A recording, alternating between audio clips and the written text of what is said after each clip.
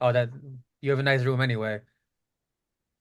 Yeah, this is my office. All right, man. How you been? Yeah, pretty good, man. So you're in Florida, right? Yeah, we're in South Florida in Palm Beach. Yeah, how is it over there?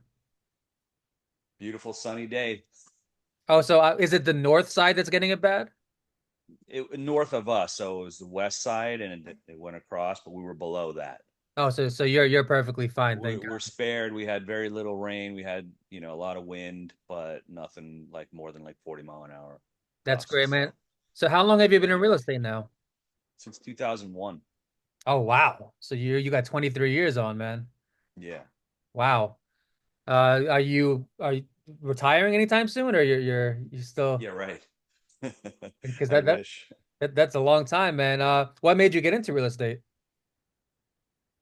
You are we live right now? You want to? Is this the Well, interview I'm or? recording, but we're not live, but I'm Oh, you're recording. recording this. Okay. Yeah, yeah. So this is cool. All right. What made me get into it? So I was in the .com fields, I guess you can call them, before, and it was time to buy a house, and I went and I bought a home, and I really loved the process. And the broker that I used was like a friend of a friend, and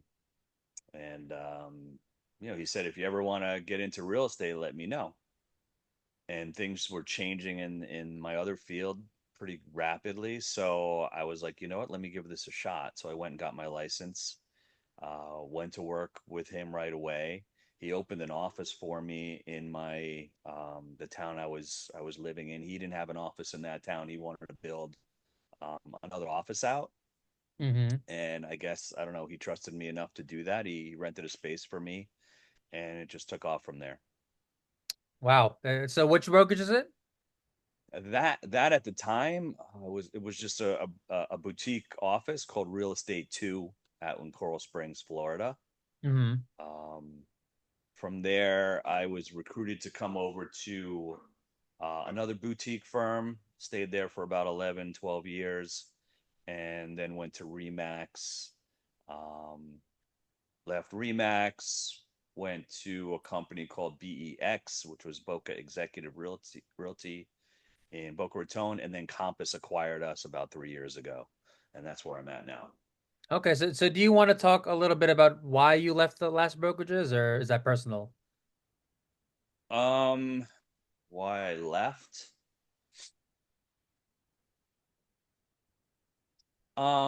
Just really the next shiny penny, I guess, on a couple of them. The boutique firm I was at for a very long time was family operated, and things were changing there. People were leaving. I didn't feel like I was getting the support I needed anymore, so I went to a bigger firm. I was actually out of real estate for a few years, and one of the larger agents in the area got a hold of me and recruited me back in. So she actually got me back into real estate. I was out for about 5 years during the downturn. Oh, 2008-ish. Yeah, exactly. So I was doing it on the side, but I started to do something else at that time. And then I was looking to get back in, and somehow this person found me, brought me to Keller Williams, but I didn't really love the culture there, so it didn't last that long. So I left. Was that like a corporate culture? Yeah, exactly. It was not the way I was used to operating. Okay, so went to Remax, where a couple of other people that I had been working with at that other boutique firm were at. Stayed there for about 5, 6 years, and then I just felt like Remax didn't really offer the support on the back end as much. Interesting. I felt like they were falling behind, in their technology. Mm, So I went to work for BEX, which was like the gentleman who started BEX was at the forefront of technology, and searching for real estate and just doing transactions online. right. So I went to work with them, and then they were acquired. They were a mid-sized firm. They were acquired by Compass, I and see. Compass gave us really good deals, and I'm super happy with where I'm at now. Now I'm at a team of about 20 agents. Okay. Okay, we all kind of operate independently, but we collaborate a lot. Okay. And that's been really beneficial to me in my business. So when you're on a team, because I'm on a team too, but it's only three of us, you don't split commissions with the rest of the team member. You only split the commissions with the team leader. Yeah, correct. And every team operates a little differently, I guess, within the Yeah. brokerage. Yeah. So the deal that I got when I went to this team was I didn't have to change my split. My split just became split with the team lead. Right. Okay, so my brokerage split just was then split between the team lead and the broker and Compass. So when I was a solo agent, my split was X, and when I joined the team, that didn't change, so it was a no-brainer for me to join. They kind of bought me out from the brokerage. Oh, so your split didn't it didn't change. Didn't change at all, so it was win-win for me. Interesting. Yeah. Okay, so tell us about you. I mean, you answered this to a certain extent, but tell us about your very, very first year, because the first year is always the hardest, or usually the hardest. So tell us about your very first year, if you. So my first year, 2001, I actually got my license on September 11th, 2001. Wow. Yeah. So things were crazy, obviously that year. Um, but when I made the jump to real estate, I kind of hit the ground running pretty good. I think was I 30 years old, I made like 70,000 my first year, which probably doubled my income at the time or close to it. Um, so so my first year wasn't too bad. A lot of 70K for the learning. first year is great. Yeah, first year, we're talking 23 years ago, 24 years Exactly. ago. So So that's like 120K now or something. yeah, probably Yeah. around there. For the Exactly. first year, that's great. How Yeah. did you do so well in your first year?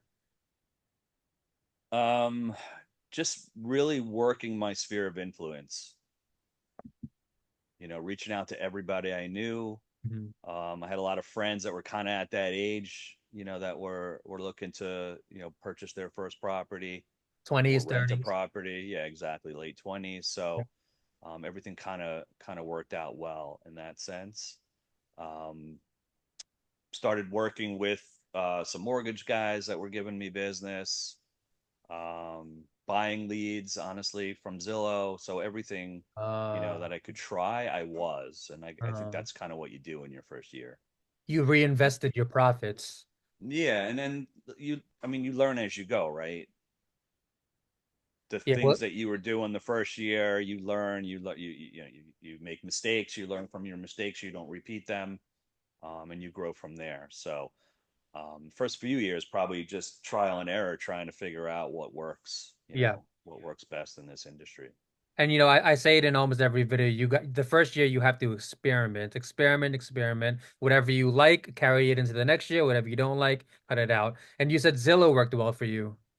Yeah, Zillow worked well. There was a couple of zip codes that I was able to get into that definitely helped, grow my business. I always say, look, real estate, it's a business like any other business. It Yep. takes 5, 6, 7 years before you see that return, right? So you got to have some money saved up, I guess, or someone or something backing you to Yeah. get through those first few years. But once you do, and you can overcome that initial startup time and get yourself out there and get known, and then you're gonna do a lot better in those years following. Well, yeah, I mean, even though that's true, you definitely did really good in your first year. So that's amazing. I mean, the first year is always the hardest. Eric, walk us through a normal day in your shoes. What time do you wake up? Coffee or tea? Walk us through a normal day nowadays.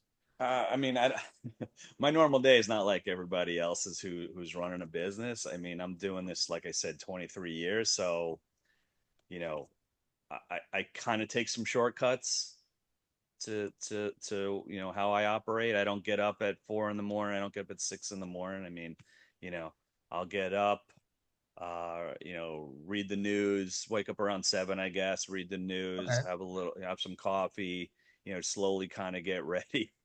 And then I would say by like 10 o'clock, that's when I start my day. Okay. Okay. That's And a I 3 hour warm up. yeah, yeah, exactly. I'm a little slow in the morning. But I'm Same. going through emails.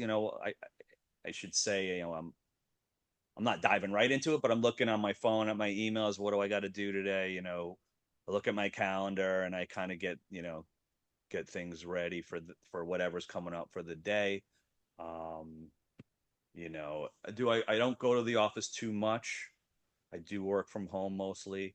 Okay. Um, so, I'm sitting here in my home office making a lot of phone calls, answering a lot of emails, working with virtual assistants that I've got, planning out what I need to do for the week in terms of marketing, Mhm. growing my database, that kind of thing. So, and then, I wind down probably around 6, 7 o'clock if I don't have showings at night. Okay. Okay. I'm kind of done by like 7 o'clock. But again, you're a realtor, so you're never really done. Right. So is this 5 days a week or 7 days a week? 6 days a week. Okay, you take Sunday off. Yeah, I got to have Sunday to myself as much as I can.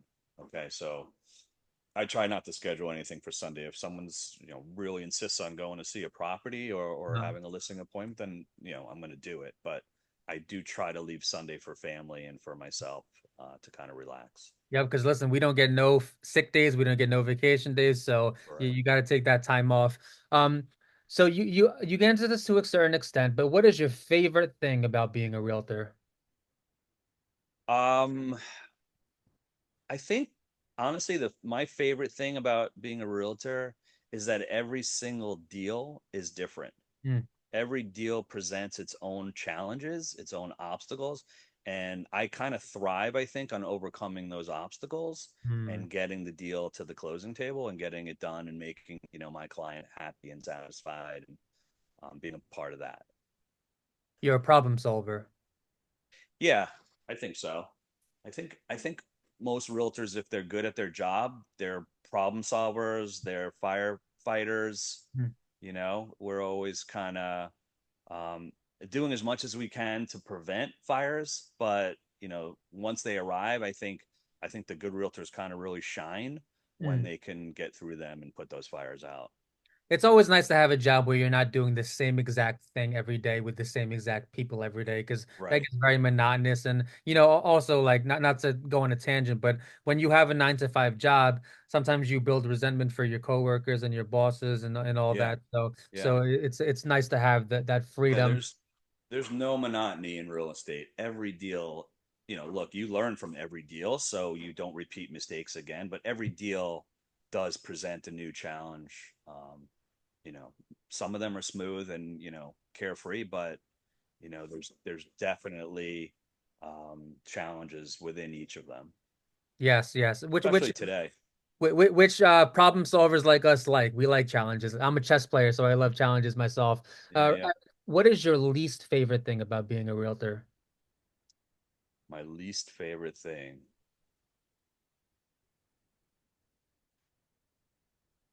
I don't know. That's a good Has to be question. something. That's a good question. No sick days, no vacation days. Yeah, I guess the fact that, like I said earlier, it just doesn't stop sometimes, Hmm. you know? You can't kind of turn it off. Even when you go on a vacation, your phone's still ringing. Yep, and you got to pick it I up. You got to pick it up. I joined the team partially, so I can have some freedom and some me time, um, and have that redundancy, I guess, and have people have my back Yep. when I'm away. But inevitably, you got to deal even when you leave that needs massaging or you need to make phone calls or something, comes up. So you got to be ready. You're never off the clock. So, Eric, I know you're on a team. Let's talk a little about this because there are some people who say teams are BS. Some people who say it's only for rookies, it's only for new people. How do you Yeah. respond to those people who say that teams are BS? How do you respond to them? Um, I resisted it for a long time. I didn't join a team until 3 years ago, so 20 years into my business, Hmm. and I felt like I needed a little motivation. Mm. I felt like at times look, real estate's a roller coaster, right? Yeah. Yep. There's ebbs and flows, there's ups and downs, and I Hmm. felt like if I had like just like if you go and work out by yourself, you might do it for a week or two and then you don't have someone pushing you. you're going to fail, you're going to fall, you're going to not go to the gym. So I felt like if I'm on a team, at least maybe I will feed off of the other people on the team. Maybe I would be able to collaborate with those people, and it would kind of keep me a little more motivated at the same time. So that's kind of why I joined the team. And I think I was right. It definitely motivates you, keeps you going. I'm a competitive person, so if Same. someone's on my team doing really well, like I want to be better. Right. You want to top them. So they don't help you get leads, do they? They do give leads. They do have that. I don't ask for them, but occasionally they'll fall into my lap. That's So nice. yeah, Yeah, yeah, that's the best way to get them. So Eric, do you do commercial real estate too? very little. Occasionally something will come up, or a friend will ask me, "Hey, I'm looking for this building or this type of lease or this type of property," and I'll either handle it or I'll refer it out. But mostly I stick to residential. It's kind of what I know better. Yeah, a lot of people say that commercial real estate is more political. There's a lot more politics and who you know and all that. Would you agree with? Yeah, yeah, I would definitely agree with that. It they kind of speak their own language. I think there's definitely a different language and attitude. I think when you're doing commercial, Yeah. commercial agents seem to hate dealing with residential agents. Well, I think it's a downgrade for a lot of them. I mean, I don't see how, but you know, Yeah, I I mean, think I guess it's just a different animal, really. right, right. I guess it also depends on the location because for the viewers, keep in mind that I'm in New York and Eric is in Florida, so I'm sure there's a big difference. Um, Eric, do you have a CRM? Yeah. So Compass has a really good CRM, and that's really the only one I'm using right now. And that's I'm Compass is assuming, a tech firm. I mean, they provide a lot on the back end to their agents. I think that's one of the reasons they have such strong retention. Honestly, they really do offer a lot to their agents in terms of technology. So, Eric, how has the real estate market changed since you first started? um, how has it changed? In our area, I would say there's a lot of people in real estate. Okay, so it's changed in the fact that the number of agents has really made it a little more challenging, and I feel like some of the agents aren't as equipped as other agents. Of course. Um, they're either doing it part time, or they're not getting the support, or they're just selling for themselves. So that's one way it's changed it. They've flooded the market, um, Oversaturated? oversaturated the market, and I don't know the number, but in Palm Beach County, I think it's probably one of the most densely populated agent areas in the country. Interesting. Why do Yeah. you think that is? Well, because they think it's easy to do, and the numbers have gone up in terms of prices on houses. So they feel like, oh, I could sell $1 million house and make 30K in a heartbeat. Mm, I think they feel like it's an easy way to make money. And look, for some it is. right.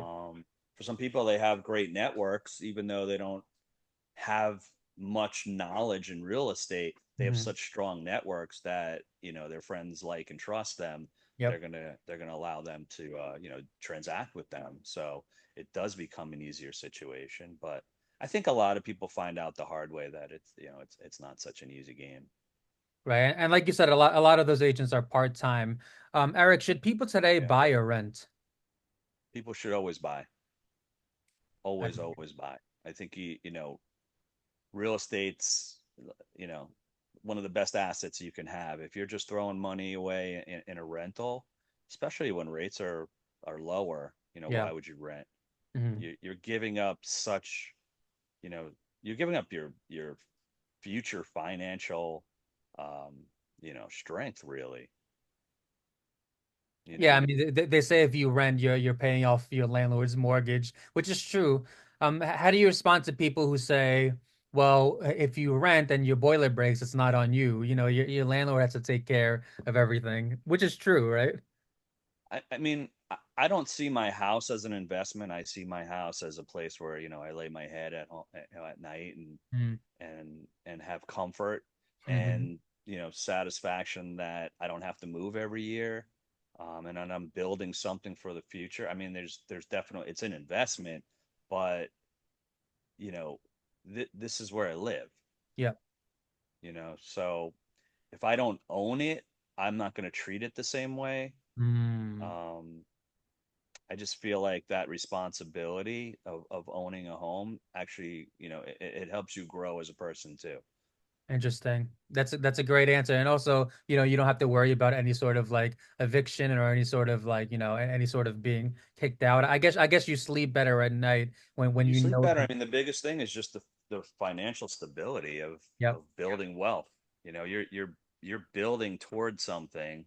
Um, I don't think renting is a good idea, honestly. Even though it's usually less money than a mortgage I mean, again, per it month. depends really Per on month. what your rate is and where you're Yeah. renting, right? Right, right. Because Yeah. rents really skyrocketed during Yeah. COVID down in Florida. I mean, And New they've York come too. down. Yeah, New No, York New too. York, it's high. It's really high, man. Yeah, they've come down. They've settled down a little bit, but I couldn't imagine renting, a two-bedroom apartment in this part of town for 3,000 a month. Yep. That's you can own an $800,000 house for that. Yep.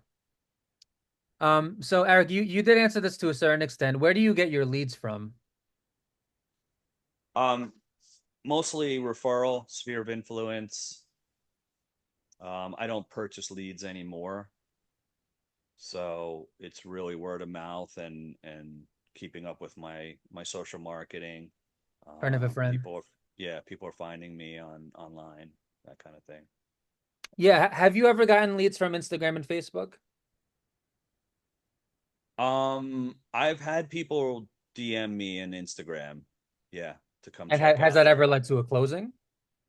No, Okay. no, but I have gotten buyers that way who've seen my Oh, videos, who've seen my social media. yeah. Um, That's I great. kind of I kind of work the neighborhood that I live in pretty hard, Mm. so people kind of know that if there's anything off market in the neighborhood, I'm kind of the guy to go to. Right. So people have reached out in that way. Yeah, that's great. One of the first pieces of advice that I got when I started last February was to build your social media as much as possible because social media is key nowadays.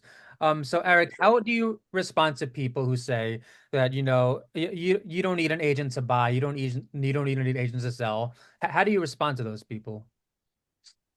Um, well, look, if you're gonna do anything in life, you want to work with the expert, right? Mhm. If you're gonna sue somebody, you want to have an attorney, right? You could represent yourself, but the attorney's gonna know the pitfalls better than you, right? Yep. So, with a realtor, we're, we know the pitfalls. Hmm. We know how to like I said earlier, we know how to overcome obstacles. We know how to put fires out. Look, you could definitely get away with selling a house on your own. Yeah, But if you want the most people to see it and get more for your money, then you're going to use a professional who's going to get you there, right? agreed.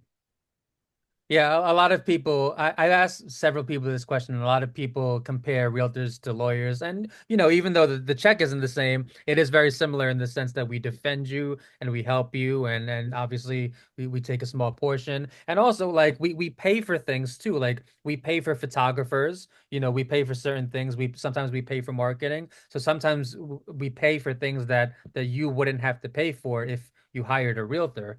Uh, Eric, I know you said you don't pay for leads. Approximately how much per month do you spend into your business? Um,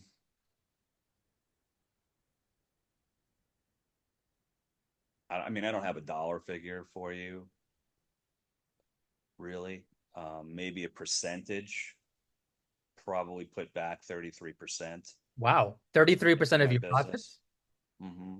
Wow. But you say you don't pay for leads though. No, but I pay for other stuff.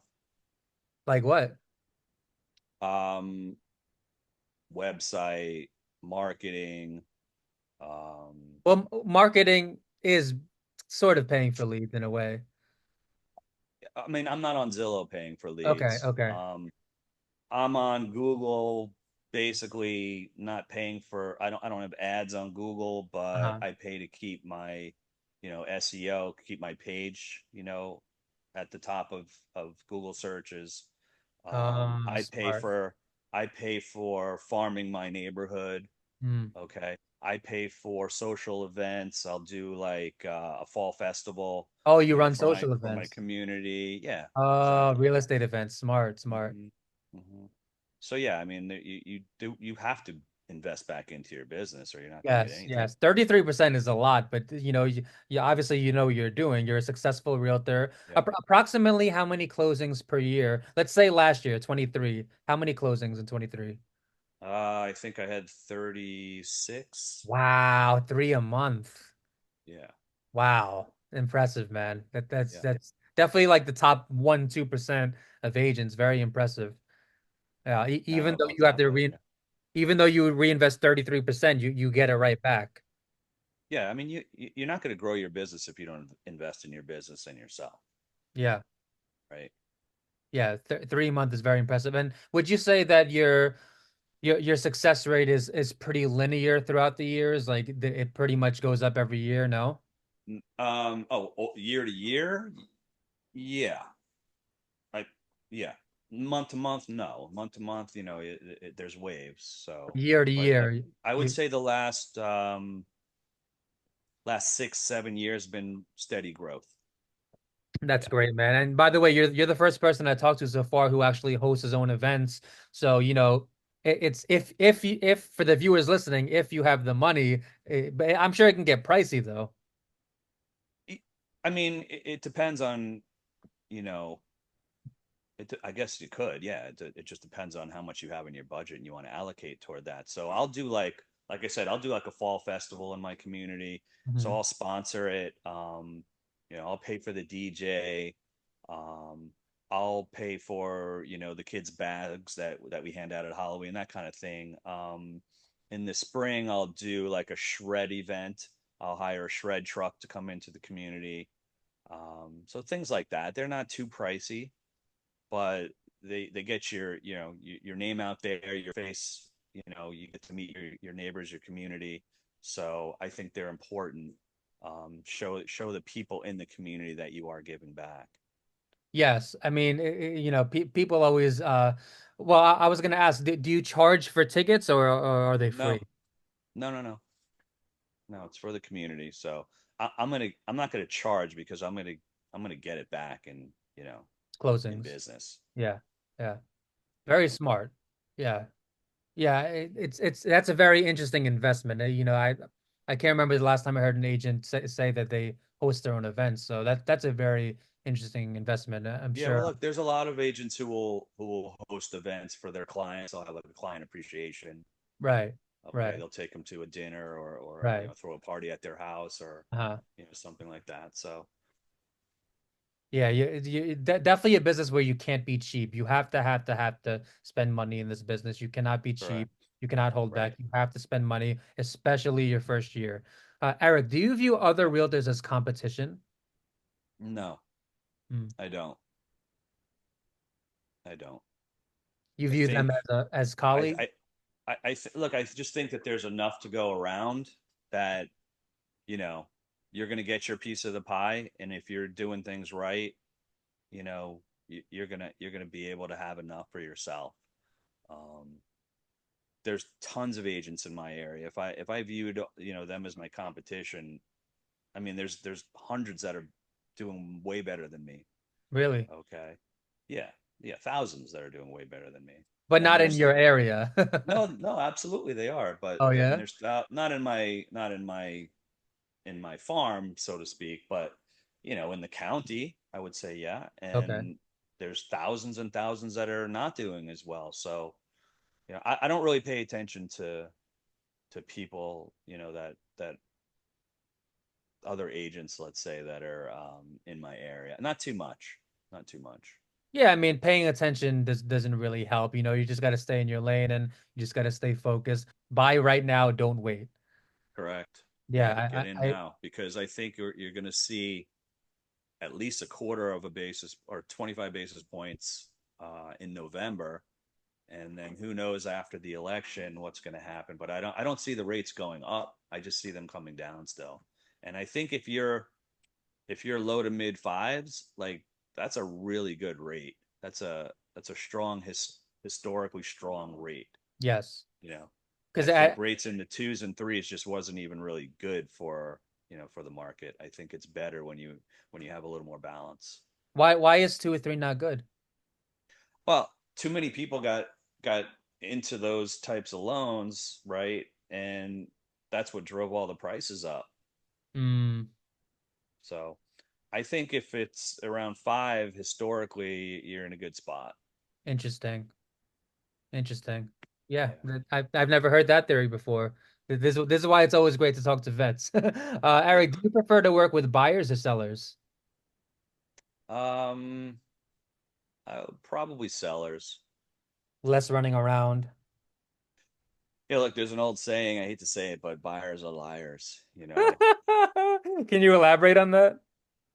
I mean, they tell you they're gonna do something, they don't do it. They're gonna buy, they're not. You drag them around in your car, or they Yes. follow you, what have you. You're showing them 10 houses and they disappear. It's just when Yes. you have a seller and you have that listing, you've got a captured audience, right? They want to Locked come in. to you. So I think it's Also, better like to have sellers. once you list a house, that seller, you don't have to worry about them cheating on you going to another agent. Buyers will use 10 agents and Yeah. you'll never know about Yeah, it. there's no loyalty. There's no 'Cause- loyalty, right? So once you have a contract, well, it's interesting though because now you do have to have a buyer broker agreement, and you kind yeah. of kind of do lock people into that. It depends, I guess, on the terms you're putting in your buyer broker agreement, but um, that may be one way that it kind of levels the playing field a little bit in terms of what do you prefer to work with, buyers or sellers? Yes, which actually brings me to my next question. How will the NAR lawsuit affect realtors and buyers? I think in the long run, it's going to help sellers more than buyers. Interesting. I think the main purpose of it was to help buyers, but I think it's going to hurt buyers, honestly. I think you're going to see that sellers are going to control things a little more. Hmm. Um, their agents are gonna control things a little more. They're not going to tip their hands too much on maybe what a seller's willing to pay. So I was afraid in the beginning of all this, and all the new documents that we've got to deal with, and all the paperwork. So I think though for the good agents are going to kind of be able to weed through this, you know.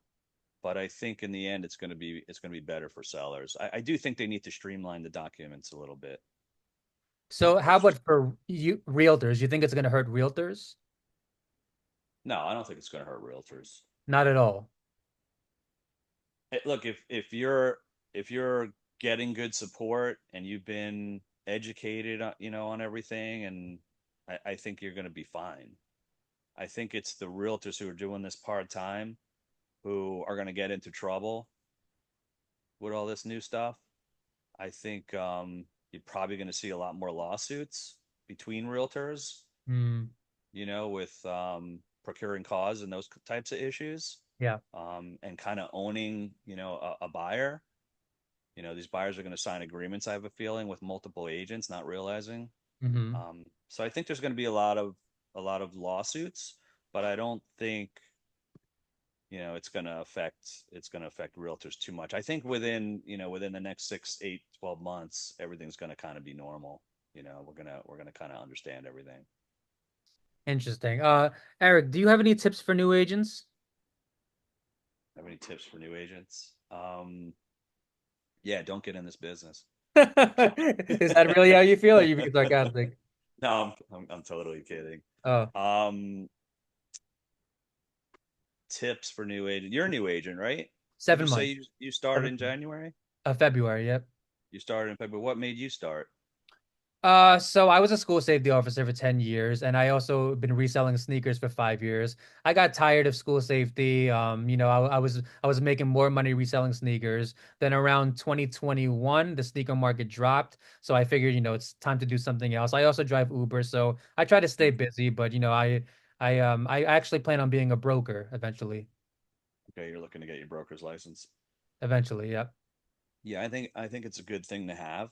It's definitely, good to have as many kind of qualifications as you can when you're getting Hmm. into this business. Yeah. Um, I never did get my broker's license. I just didn't want that responsibility. I never felt like I was gonna open my own office or have people work underneath me. So um, I'm okay with giving up my split to the broker and not, for what Less they headaches. provide. For what they provide, I was always okay with giving up my split to have that security.